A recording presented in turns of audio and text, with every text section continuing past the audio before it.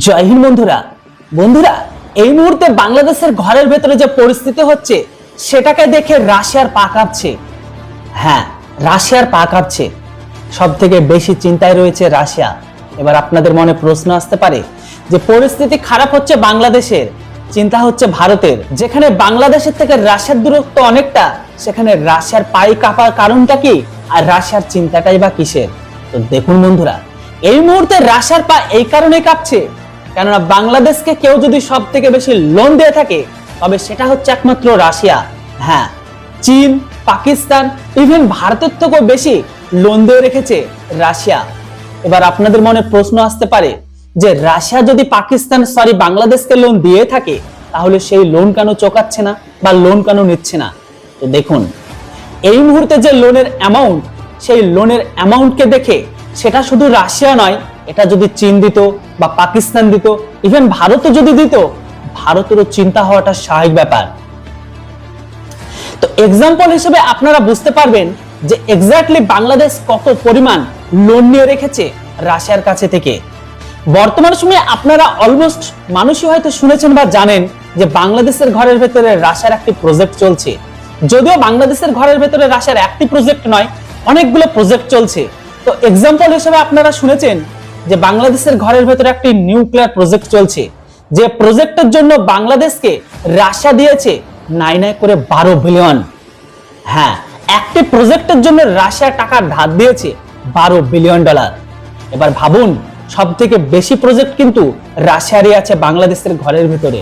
আমার কথা বিশ্বাস না হলে যে কোনো বাংলাদেশি এই সম্পর্কে জানে একটু জিজ্ঞাসা করুন, তারাও বলবে। তো একটি প্রজেক্টের ভ্যালুয়েশন যদি 12 বিলিয়ন হয় তাহলে ভাবুন এইরকম অগুন্তি প্রজেক্ট আছে, তাহলে টোটাল ইকুয়ালেট করলে কত হতে পারে? এবার আপনাদের মনে এই প্রশ্নটা আসতেও পারে যে এতগুলো টাকা বা এতগুলো প্রজেক্ট যে বাংলাদেশের ঘরের ভেতরে করছে তার করার কারণটা কি, বা এখানে কোন আশায় দিয়ে রেখেছে? তো রাশিয়ার মেন যে বাংলাদেশের ঘরের ভেতরে এত ইনভেস্টমেন্ট করার প্রযুক্তি বা এত ভাবনা চিন্তা, সেটা কিন্তু ভারতের আশাই করেছে। কারণ আপনারা জানেন যে আজ থেকে 1 বা 2 বছর আগে পর্যন্ত ভারতের সাথে বাংলাদেশের সম্পর্ক ভালো ছিল। তারা বাংলাদেশকে দেখে নাই, ভারতকে দেখে দিয়েছে।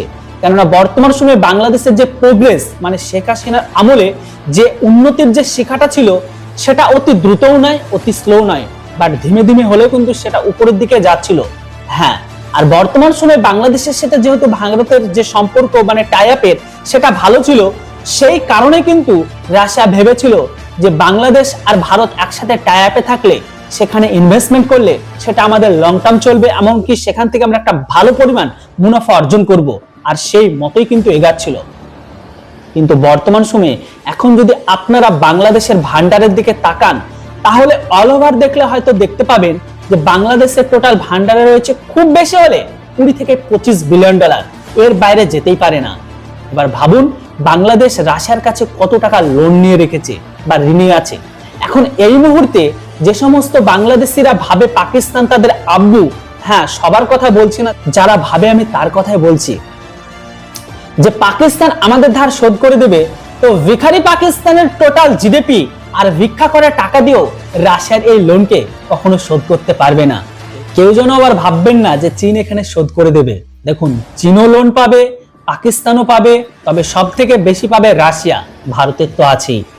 কিন্তু বর্তমান সময়ে ভিখারি পাকিস্তান তারা চাইলেও কিন্তু বাংলাদেশের লোনকে শোধ করতে পারবে না। তো এমতো অবস্থায় রাশিয়া কেন, রাশিয়ার জায়গায় যদি অন্য কোনো দেশ থাকতো তাদেরও পা কাঁপাটা স্বাভাবিক। তাই বর্তমান সময়ে এই যে লোনের যে কিস্তি মেটানোর ডেট ছিল সেটা কিন্তু গত বছর থেকে। হ্যাঁ, কিন্তু বর্তমান সময়ে বাংলাদেশের ঘরের ভেতরে শেখ হাসিনার সরকার পড়ে যাওয়ার পরে সেই দেশের পরিস্থিতি কোন দিকে যাচ্ছে সেটা আমি আপনি অলমোস্ট মানুষ দেখছেন। তাই বাংলাদেশের পক্ষে এত বড় লোন অ্যামাউন্ট এখন দেওয়া সম্ভব নয়। তাই বর্তমান সময়ে যে অন্তর্বর্তী সরকার এসেছে, মানে নুনুস সরকার, সে ক্ষমতায় এসে রাশিয়াকে বলে যে আপনারা চিন্তা করবেন না, আপনাদের যে লোনের কিস্তি বা লোনটা আপনারা নিয়েছেন বা দিয়েছেন, সেই লোনটাকে আমরা মোটামুটি আর 3 বছর থেকে, মানে 3 বছর পরে থেকে আপনাদের পরিশোধ করব। সেই মতোই কিন্তু নুনুস চাচা রাশিয়াদের জানিয়েছিল। বর্তমান সময়ে এই কথা বলার মতন হিসাব মতন বাংলাদেশের টাকা শোধের মেয়াদ বা চুক্তিটা শুরু হচ্ছে 2028 কিংবা 30 এর পরে থেকে, এই মতন কথা হয়। যেহেতু বাংলাদেশের ঘরের ভেতরে পরিস্থিতি ভীষণভাবে খারাপ, এমতো অবস্থায় অর্থনৈতিক টালটমাল বা ভেঙে যাওয়া দেশের এখন অর্থনৈতিক কাঠামো শক্ত না করলে কোনো দেশই পারবে না। আর যতটা লোন নিয়ে রেখেছে, বাংলাদেশকে বিক্রি করে দিলেও সেই টাকা শোধ করা সম্ভব নয়।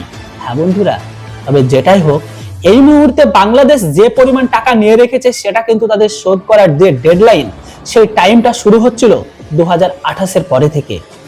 কিন্তু এই ইউনূস চাচা এত কিছুর মধ্যেই সে কিন্তু যখন টাকা শোধ করতে না পেরে হঠাৎ ছুটে চলে যায় ইউরোপীয় দেশ ইতালির কাছে, তা আবার কি জন্য? ইউরোফাইটার টাইফুন ফাইটার প্লেন কেনার জন্য। বুঝতে পারছেন? হ্যাঁ, ইউরোফাইটার টাইফুন ফাইটার প্লেন কেনার জন্য। আপনারা অনেকে জানেন, আবার অনেকে জানেন না যে বর্তমান সময়ে অত্যাধুনিক ফাইটার জেট রাফেল ভারতের বেড়াতে আছে। তো এই রাফেল ফাইটার জেটের থেকেও অনেক দামি বা এক্সপেন্সিভ ফাইটার জেট হচ্ছে ইউরোফাইটার টাইফুন। হ্যাঁ, আর এই ইউরোফাইটার টাইফুন বাংলাদেশ কিনতে চাইছে সংখ্যায় 12টি, ভাবুন। আর এর যে কস্ট, সেটা সম্ভবত 22 থেকে 25 মিলিয়নের কাছে। এবার প্রশ্ন হচ্ছে যে বাংলাদেশ যে এত অত্যাধুনিক মাত্র 12টি ফাইটার জেট কিনবে, এই ফাইটার জেটগুলো কাদের খেলা ব্যবহার করবে? সহজ হিসাব, এটাও ফাইটার জেটগুলো কিনে রাখছে, ব্যবহার করবে। তাদের টার্গেট রয়েছে ভারত। হ্যাঁ, যাদের কাছে 300 প্লাসেরও বেশি ফাইটার জেট আছে, সেই দেশের সাথে যুদ্ধ করবে মাত্র 12টি ফাইটার জেট দিয়ে। তাই এই রকম পরিস্থিতিকে দেখে রাশিয়া আরো তেলেবেগুনে জ্বলে ওঠে। জ্বলাটাও স্বাভাবিক। আপনারা জানেন রাশিয়ার সাথে ইউরোপ বা আমেরিকা বা ন্যাটোর সম্পর্ক, বুঝেছেন তো? হ্যাঁ, তো সেখানে রাশিয়ার কথা হচ্ছে যে আপনারা আমাদের টাকা বা লোন শোধ করতে পারছেন না, এমতো অবস্থায় আপনারা সময় নিলেন 2028-এর পরে থেকে, সেই টাকা শোধ না করে আপনারা আমাদের শত্রু দেশের কাছে থেকে 12টি ফাইটার জেট কিনছেন, তা আবার অত্যাধিক দামি। তাহলে এই সমস্তগুলো কেনার জন্য যে এত টাকা, সেগুলো কোথায় পাচ্ছেন? আপনারা তো চাইলে রাশিয়ার কাছে থেকে অত্যাধুনিক fighter jet SU-35, SU-30, SU-32, এমনকি আরো যে মিগ বা আরো অন্যান্য ক্যাটাগরির যে অ্যাডভান্স লেভেলের ফাইটার জেট আছে, সে যেটাই হোক, আপনাদের পছন্দ মতো বা আপনাদের যেটা ঘরের জন্য এখন প্রয়োজন, সেই ফাইটার জেট চাইলে তো কিনতে পারতেন। তাহলে ব্যবসার হিসাবে আপনাদেরও টাকা শোধ হয়ে যেত, আমারও টাকা অনেকটাই উঠে আসতো। কিন্তু আপনারা সেটা না করে আমার শত্রু দেশের কাছে থেকে আপনারা ফাইটার জেট কিনছেন। তাই এই মুহূর্তে রাশিয়ার ঘরের ভেতর থেকে এখন বাংলাদেশকে স্পষ্ট ওয়ার্নিং দেওয়া হয়েছে যে দেখুন, দেশ যখন তৈরি হয় বা বানানো হয়েছিল, সেই সময় আপনাদের সাথে অংশীদারিত্ব ছিল ভারত, সেখানে কিন্তু আমরাও ছিলাম, যাই ভারতের পিছনে, ভারত কিন্তু ফ্রন্টে ছিল। দেশ ভাগের সময় বা দেশ তৈরিতে যে দেশটা আপনাদের সহায়তা করেছে, সেই দেশটার সাথে আপনারা খারাপ সম্পর্ক করছেন। শুধু খারাপ সম্পর্কই নয়, দেশটার সাথে একটা যুদ্ধের জিগির তুলে করেছেন বা জিগির তৈরি করছেন। আপনারা এখনো সময় আছে, আপনারা যতটা তাড়াতাড়ি সম্ভব আপনাদের মাঝে যে সম্পর্কটা খারাপ হয়েছে বা তিক্ততা হয়েছে, সেটা তাড়াতাড়ি রিপেয়ার করে নিন। আর এটাকে নিয়েই রাশিয়ার রাষ্ট্রদূত ঢাকায় যে অবস্থিত আছে, সেও কিন্তু বাংলাদেশকে একটি লেটার লিখে তারও মন্তব্য এটা আছে যে বাংলাদেশ ভারত ঐতিহাসিক সম্পর্ক, আর এই ঐতিহাসিক সম্পর্কটা এইভাবে নষ্ট করবেন না। কেননা আপনারা জানেন যে এই সম্পর্ক যদি নষ্ট হয়ে যায়, তাহলে আপনাদের অবস্থা আরো খারাপ হবে। কেননা রাশিয়া ওটা জানে যে বর্তমান সময়ে বাংলাদেশের ঘরের ভেতর যে পরিস্থিতি, এই মুহূর্তে বাংলাদেশ যে রাস্তায় চলছে, সেই রাস্তায় যদি এইভাবে চলতে থাকে, তাহলে বাংলাদেশকে পাকিস্তানের থেকেও আরো খারাপ করে দেওয়া হবে বা খারাপ হয়ে যাবে। যে জায়গা থেকে বাংলাদেশ উঠে আসা বা রিকভার করা সম্ভব নয়। কেননা বাংলাদেশ যে ঘরের ভিতরে পরিস্থিতি তৈরি করে ফেলেছে মাত্র 1 বছরে, সেই জায়গা রিকভার করতে নাই করে 30 বছর সময় লাগবে। মানে 30 বছর পিছনে চলে গেছে বাংলাদেশ। যদিও এই সমস্ত কথাবার্তা বোঝা বা এই সমস্ত জিনিসগুলো মাথায় ঢোকানো বাংলাদেশের বা পামচার পুত্র যারা বিশেষ করে পাকিস্তানকে আব্বু বলে ডাকে, তাদের পক্ষে বোঝা সম্ভব নয়। কেননা বর্তমান সময়ে যে দিকে যাচ্ছে, বাংলাদেশের ধ্বংস তো অনিবার্য। তাই সব মিলে দেখলে বুঝতে পারবেন, রাশিয়াও চাইছে যে ভারত বাংলাদেশের সম্পর্কটা যত তাড়াতাড়ি সম্ভব আপনারা ঠিক করে নেন। কেননা বাংলাদেশ আর ভারত সম্পর্ক ঠিক না হলে রাশিয়া যে এত বড় একটা লোন দিয়ে রেখেছে পাকিস্তানকে, বাংলাদেশকে, সেই টাকা কখনোই ফেরত সম্ভব নয়। এবার আপনারাই বলুন, বাংলাদেশ যেভাবে বেড়ে চলেছে, বাংলাদেশ কি বাংলাদেশের অকাত দেখানো উচিত নয়? সেটা ভারত হোক বা রাশিয়া। আপনাদের কি মতামত সেটা অবশ্যই কমেন্ট বক্সে লিখে জানান।